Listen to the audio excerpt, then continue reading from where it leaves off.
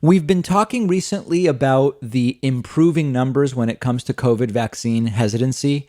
Some months ago, at this point, almost a year, back in May, we had somewhere between 2/3 and 3/4 of Americans hesitant about getting a coronavirus vaccine when it becomes available. Vaccines now are available. We have two vaccines available, a third one coming soon, maybe a fourth one coming soon. And the good news is that the vaccine hesitancy has declined as far as the COVID vaccine is concerned. It got down to 50%, 40%.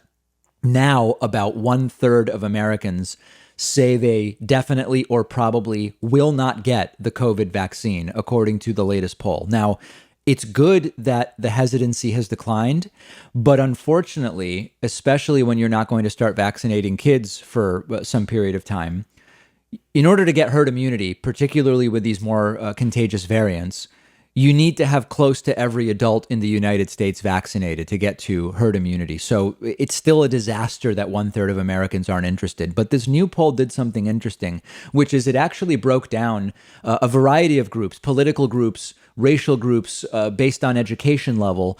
And we have identified the most anti-COVID vaccine groups in the country. And three of these groups are Republicans, those without a college degree, and Black Americans. These are three of the most anti-vaccine groups in the United States for different reasons, importantly. And members of these different communities will have different reasons for telling you why they are skeptical of the vaccine. Now, the reasons that people tend to cite as to why they don't plan to get the coronavirus vaccine include concerns about side effects, not trusting the vaccines from a safety standpoint, and not believing that they need the vaccine, not trusting the government is another reason, and not believing that the vaccine is actually effective. So let's look at some of the numbers here.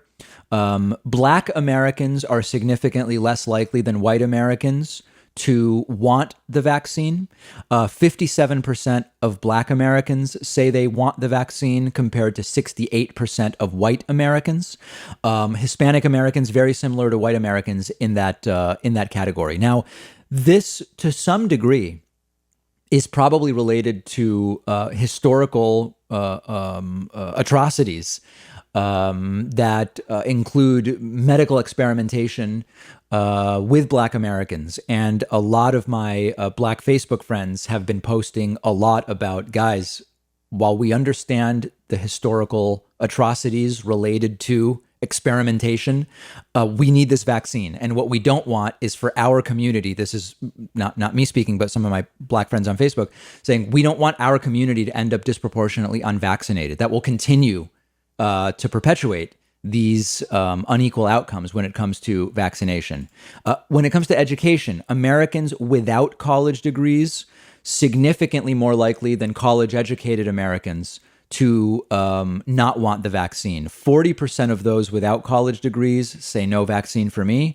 Only 17% of those with college degrees say no vaccine for me. So that's not surprising. Lack of education and lack of just a real understanding of how the vaccine works, et cetera, makes perfect sense that the less educated you are, the less able to sort of parse the scientific data or even know where to get it. That makes perfect sense, not surprising. And then, of course, Republicans more likely than Democrats and independents not to want the vaccine. And that one is pretty obvious when you have had a party that from day one, led by Donald Trump, starting in, when was it, right? January, February, played down the risk of the vaccine, of the coronavirus, played up this idea of it's just the flu, played up the idea of it's going away soon, played up the idea of that's in China, it's not going to go elsewhere. And of course, we know that all of those things were wrong. It makes sense that if you were part of the political party that not only spread those ideas, but actually tried to use them to justify re-elections, and that failed, at least for Donald Trump, it makes sense that you would be less likely to want the vaccine. Why would you need a vaccine against something that your party leaders have been telling you for a year now is really not that serious in the end? So completely unsurprising as far as that goes. Now, at some point, we have to decide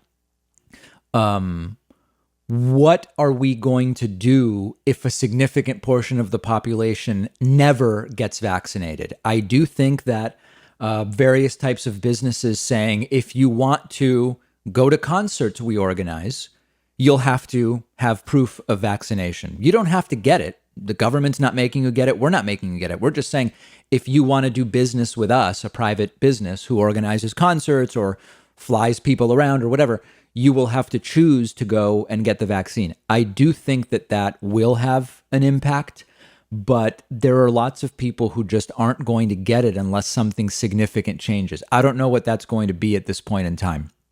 And it's something we'll have to continue talking about.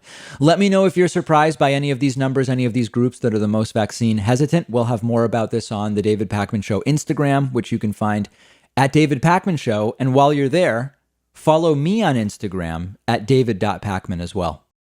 Start your day and your new year off right with Just Egg, which is one of our sponsors. You've heard me talk about the importance of having a diet that is more heavily plant-based, and it's something I've done over the last few years. I've always loved eggs, so it's great that there is a delicious plant-based version of egg with all the protein of egg that Just Egg brings with it, but it's made from mung beans, so it uses 98% less water and causes 93% fewer carbon emissions than a conventional egg.